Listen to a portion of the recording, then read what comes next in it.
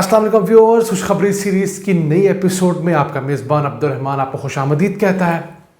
आज हम डिस्कस करेंगे स्मगलिंग के ख़िलाफ़ जारी जो ऑपरेशन है उसके लिए 7 माह के अदाद-ओ-शुमार सामने आए हैं।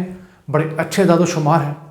पहले तो ये मुल्क में जो गैर कानूनी पेट्रोल पंप्स के ख़िलाफ़ एक क्रैकडाउन जारी था उसमें 2000 से ज़ायद पेट्रोल पंप सील कर दिए गए हैं। ये बहुत अहम डेवलपमेंट है क्योंकि 98 से 99% गैर कानूनी पेट्रोल पंप्स जो थे, जो प्रॉपर पेट्रोल पंप बने हुए थे, छोटी छोटी मशीनों की बात नहीं कर रहा, वो तमाम के तमाम सील कर दिए गए हैं। अब तमाम जो लोग हैं वो लीगल चैनल से ही पेट्रोल और डीजल खरीद रहे हैं।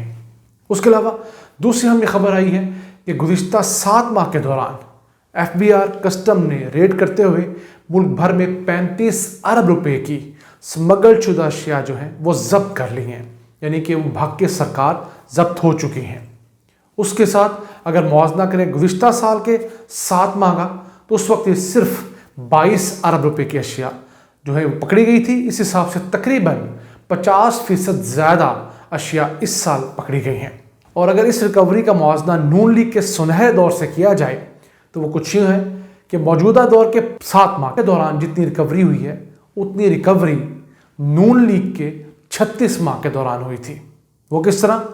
नून लीग के 36 माह जो थे, यानी कि तकरीबन 3 साल, उनके अंदर टोटल रिकवरी जो FBI कस्टम ने स्मगलिंग का सामान पकड़ा था वो 39.5 अरब रुपए था।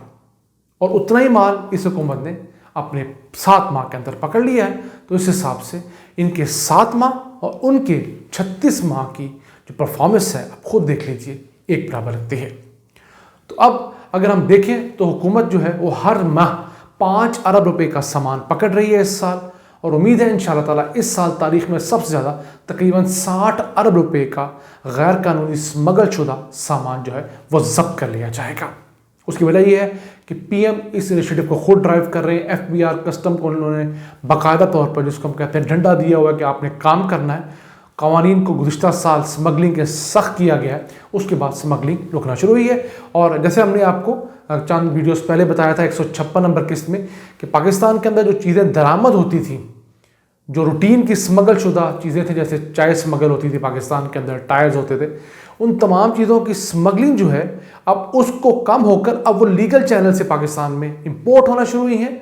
और गुज़िश्ता 7 माह के दौरान ही वही चीज़ें जो पहले स्मगल होकर आती थी वो अब 236 अरब रुपए ज़ायद लीगल चैनल से इंपोर्ट होकर आई है। और उन्होंने पाकिस्तान को 57 अरब रुपए टैक्स भी दिया है। इसी के साथ साथ मोबाइल फ़ोन जो पहले 70-80% स्मगल होता था, अब वो 100% पाकिस्तान में इंपोर्ट होकर आ रहा है या पाकिस्तान में बन रहा है। तो उससे जो नून लीग का आखिरी साल था, मोबाइल की इंपोर्ट से सिर्फ 20 अरब रुपया हासिल हुआ था, जबकि गुज़िश्ता साल हुकूमत को तकरीबन 60 अरब रुपए हासिल हुआ है। क्यों? स्मगलिंग रोकने का फ़ायदा हुआ है। अब यहाँ पर हमारे बहुत सारे सामीन नाज़रीन कहते नहीं स्मगलिंग का कुछ फ़ायदा होता है, तो जनाब स्मगलिंग का फ़ायदा सिर्फ चंद स्मगलर्स को होता है, जबकि उसका नुकसान जो है वो उन हज़ारों लाखों लोगों को होता है जिन्हों को पाकिस्तान के अंदर फैक्ट्रियाँ चलने की सूरत में रोज़गार मिल रहा था।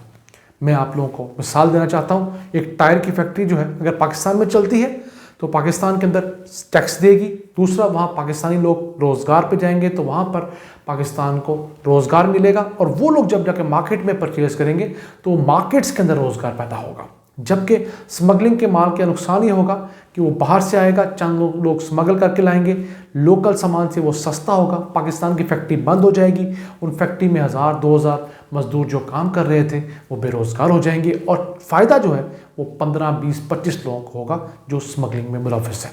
तो वो 25 लोगों का वबाल जो है वो उन 2000 मुलाजमीन पर गिरता है जो कि उस स्मगलिंग की वजह से नौकरियों से हाथ धो बैठते हैं। तो आइए चलते हैं, इस प्रोग्राम को आगे बढ़ाते हैं। पाकिस्तान के अगर देखें तो गुज़िश्ता 7 माह के दौरान किन चीज़ों की स्मगलिंग ज़्यादा रोकी गई, तो सबसे पहले 11 अरब 30 करोड़ रुपए की नॉन कस्टम की जो गाड़ियाँ थीं जिनके ऊपर कस्टम पे नहीं किया जाता, बड़ी बड़ी लैंड क्रूज़र्स, उनको कब्ज़े में लिया गया है। 66% का इजाफा है सिर्फ गाड़ियों की मद में। उसके अलावा 3 अरब 40 करोड़ रुपए का जो पान गुटखा है उसे कब्जे में किया गया है, और ये 105% का इजाफा है। याद रहे पाकिस्तान में अरबों रुपए का ये गुटखा, ये पान, ये छालिया स्मगल होकर आता है। उसके अलावा पाकिस्तान में 1 अरब 90 करोड़ रुपए का गुज़िश्ता 7 माह के दौरान टेक्सटाइल कपड़ा वो कैप्चर किया गया है, जब्त कर लिया गया है, और ये भी 28% का जंप है। उसके बाद बारी आती है डीजल की, जो 90 करोड़ रुपए का डीजल गुज़िश्ता 7 माह के दौरान कब्जे में किया गया और ये 93% का इजाफा है। उसी के साथ साथ स्पेयर पार्ट्स जो गाड़ियों के होते हैं वो तकरीबन 50 करोड़ रुपए के हैं, वो भी 113% का इजाफा है। सिगरेट 55 करोड़ रुपए के जब्त किए गए, उसके अंदर 70% इजाफा देखा गया है। और याद रखिएगा, सिर्फ सिगरेट, गैर कानूनी सिगरेट की वजह से पाकिस्तानी मईशत को सालाना 40 अरब रुपए से ज़ायद का नुकसान होता है, सिर्फ सिगरेट्स की वजह से। उसी के साथ साथ जो गोल्ड और ज्वेलरी है वो 27 करोड़ रुपए की कब्जे में की गई और ये भी 104% ज़ायद चीज़ें जब्त की गई हैं। ये परफॉर्मेंस है मौजूदा हुकूमत की।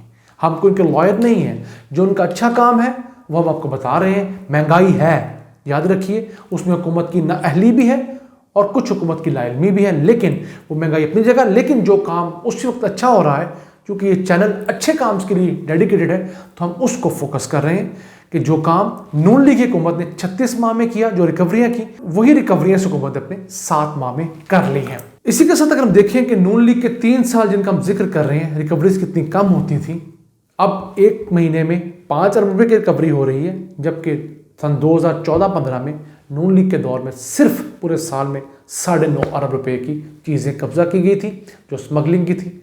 2015-16 में 14.5 अरब रुपए की और 2016-17 में 15.5 अरब रुपए की अशिया जो है वो सिर्फ कब्जे में ली गई थी।